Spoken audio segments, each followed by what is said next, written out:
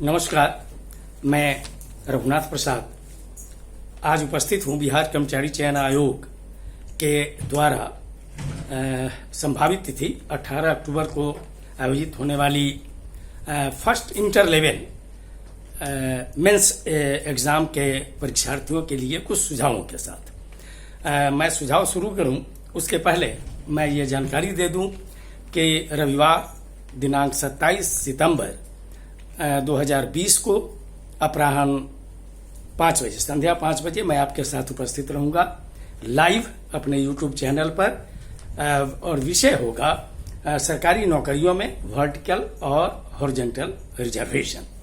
अब मैं जानकारी दूं कि बिहार कर्मचारी चयन आयोग का जो 2014 में फर्स्ट इंटर लेवल एग्जाम का जो एडवर्टीजमेंट आया उसका पीटी 2018 के दिसंबर में हुआ और उसका रिजल्ट 2020 के फरवरी में हुआ है।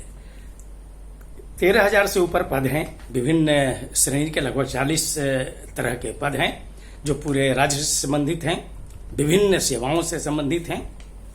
लेकिन इसमें जो दो महत्वपूर्ण पद हैं जो बेसिक कहिए कि सरकार की जहां पर बेसिक काम जहां होता है सरकार का, ब्लॉक और अंचल, वहां पंचायत सेवक और राजस्व कर्मचारियों से संबंधित पद बड़ी संख्या में हैं।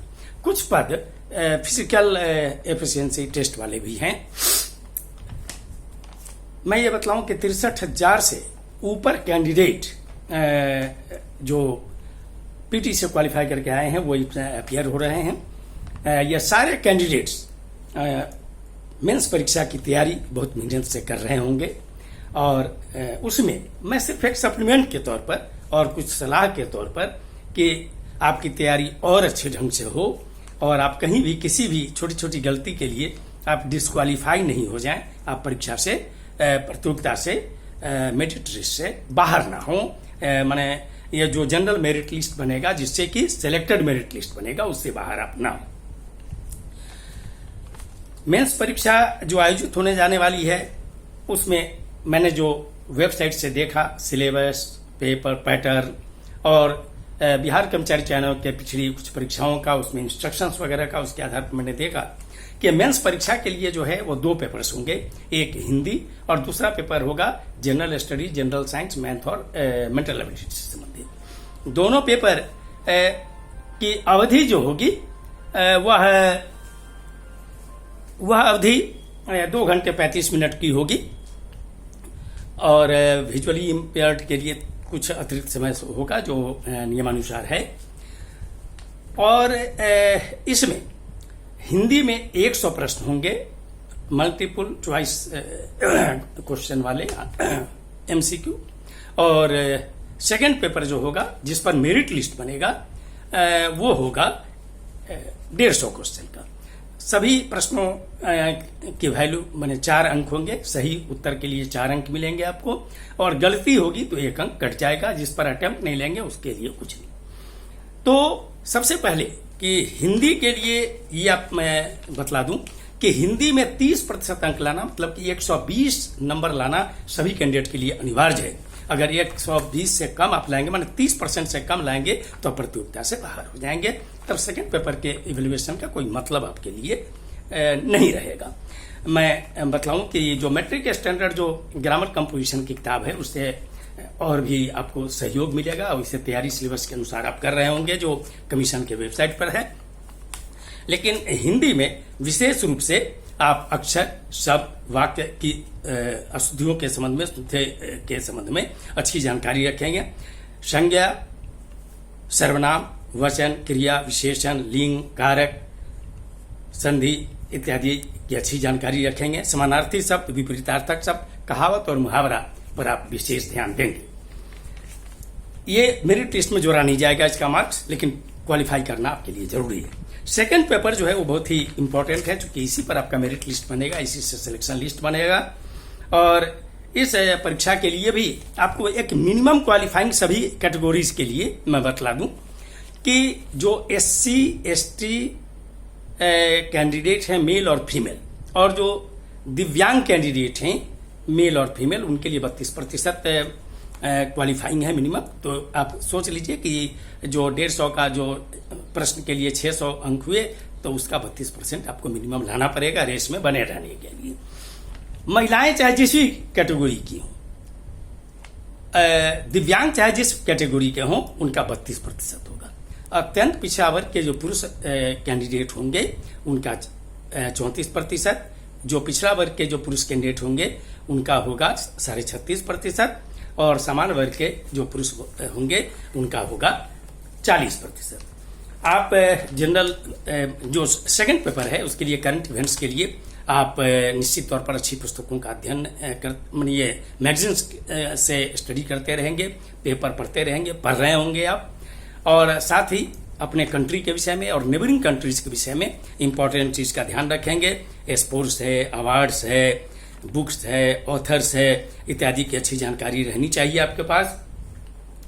और जो भारत सरकार के एसएससी की तैयारी कर रहे होंगे, रेलवे, बैंक, LIC, उस सब से भी आपको काफी मदद मिलेगी, विशेषकर अरिथमेटिक, मेंटल एबिलिटी, रीजनिंग और फिजिक्स, केमिस्ट्री और बायोलॉजी के मामले में उसमें जो सिलेबस हो उसके अनुसार आप तैयारी करेंगे। अब मैं कुछ तकनीकी बिंदुओं पर मैं ये आपका ध्यान आकृष्ट करना चाहूंगा। आप तैयारी करते रहें और परीक्षा के लिए जो आप BSSC के साइट का अवलोकन कम से कम 10 दिन पहले से तो निश्चित रूप से करें, जिस तिथि को आपकी परीक्षा हो, और बतलाए गए निर्देश के अनुसार आप एडमिट कार्ड डाउनलोड करें। उसमें कोई दिक्कत हो तो जो कमीशन का डेट फिक्स हो, टाइम फिक्स हो, उस पर जाकर आप अपनी समस्या का निराकरण करें। जिस शहर में आपका सेंटर हो वहां कम से कम 1 दिन पहले पहुंच जाएं और अपने सेंटर के लोकेशन की जानकारी अवश्य ले लें, ताकि परीक्षा के दिन आपको कठिनाई नहीं हो। अभी चूंकि कोविड-19 का समय है, सवारी की दिक्कत आपको हो सकती है, उसमें भी आप अलर्ट रहेंगे। पोशाक अगर कोई निर्धारित किया गया हो, कमीशन के द्वारा किया जाए, तो उसका पालन करेंगे, लेकिन चप्पल ही पहन के जाना श्रेयस्कर होगा। जूता पहन के जाएंगे तो आपको कमरे के बाहर निकालना पड़ेगा। कोविड-19 के मद्देनजर जो निर्देश दिए जाएं उसका 100% अनुपालन करेंगे, और साथ ही electronic gadget, pen, pencil, calculator, slide वगैरह सब कुछ नहीं ले जाएंगे। आपको ले जाना है सिर्फ 2 चीज, एडमिट कार्ड और फोटो युक्त जो आपका ID प्रूफ है वो लेकर जाएंगे। और एग्जामिनेशन हॉल पर मेरा सुझाव होगा कि कम से कम 2 घंटा पहले पहुंच जाए, ताकि कोई हड़बड़ी नहीं हो। जब गेट खुले आप अपना चेक करवाते हुए आप आगे बढ़ें, अपने कमरे की सूचना ले लें। उस कमरे में जब एंट्री हो आप जाएं, समय पर आप वहां पे बैठ जाएं। आपको जब क्वेश्चन बुकलेट आपको मिले तो क्वेश्चन बुकलेट के साथ OMR शीट रहेगा। जब खुलेगा तो आप मिला लें कि प्रिंटेड नंबर सेम है कि नहीं। अगर उसमें कोई अंतर है तो निश्चित तौर पर आप 10 मिनट के अंदर उसको बदलवा लें। और यह जान लीजिए कि परीक्षा शुरू होने के बाद आपकी एंट्री किसी हाल में नहीं होगी, इसीलिए समय पर आप जाएं।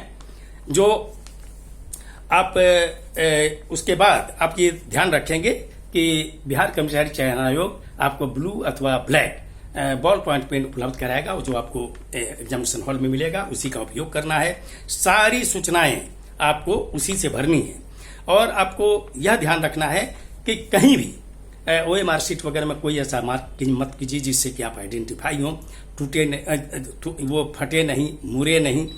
और यह ध्यान रखेंगे कि MOR शीट का चूंकि 2 पार्ट होता है, part A basic data part और पार्ट B होता है जो सूचनाएं भरनी है आपको। उसमें बार कोड होता है, परफोरेटेड लाइन होता है, उसको आप फाड़ेंगे आप नहीं, वो कमीशन का काम है। और जो भी निर्देश हो अच्छा से पढ़ लेंगे और निर्देश के अनुसार सारी सूचनाएं पढ़ेंगे। जैसे मान लीजिए कि कैपिटल लेटर में कहता है इंग्लिश में अपना नाम लिखने के लिए लिखिए, इन्विजिलेटर के सामने हिंदी इंग्लिश में अपना दस्तखत कीजिए, बाएं अंगूठे का निशान मांगा जाए वो दीजिए। आपको अगर बायोमेट्रिक अटेंडेंस है तो उसका भी पालन कीजिए। और सारी इंफॉर्मेशन, चाहे सेंटर का नाम हो, कोड हो, सब्जेक्ट हो, डेट हो, सारी इंफॉर्मेशन भरेंगे। कोई इंफॉर्मेशन अगर छूटेगा, कोई इंफॉर्मेशन गलत अगर होगा, कोई फोर्ज इंफॉर्मेशन होगा तो आपका कैंडिडेचर रद्द हो जा सकता है। आप जब परीक्षा आप सभी जो भी आपका काम जब पूरा हो जाए, परीक्षा देने का गोला को भरना है। आंसर में यह ध्यान रखिएगा कि जो सही ऑप्शन होगा उसके सामने जो गोला होगा उसको आपको भरना पड़ेगा। इसका पालन करेंगे और अंत में इन्विजिलेटर जो कहेंगे कि अब आप जमा कीजिए, तो क्वेश्चन बुकलेट और OMR शीट दोनों आप देंगे। आप पूरी तैयारी रखें। 10 दिन पहले से वेबसाइट का अवलोकन करते रहेंगे। आप सभी लोगों के लिए हमारी बहुत बहुत शुभकामना। मुझे अगर आपको ये वीडियो अच्छा लगा हो तो लाइक करेंगे, शेयर करेंगे, सब्सक्राइब करेंगे, बेल आइकन जरूर टच करेंगे और आगे भी आप मेरे वीडियो देखते रहेंगे। पुनः कि आप आयोग के वेबसाइट का अवलोकन परीक्षा की तिथि से 10 दिन पहले से डेली आप करते रहेंगे। आप सभी लोगों को बहुत बहुत धन्यवाद। जय हिंद।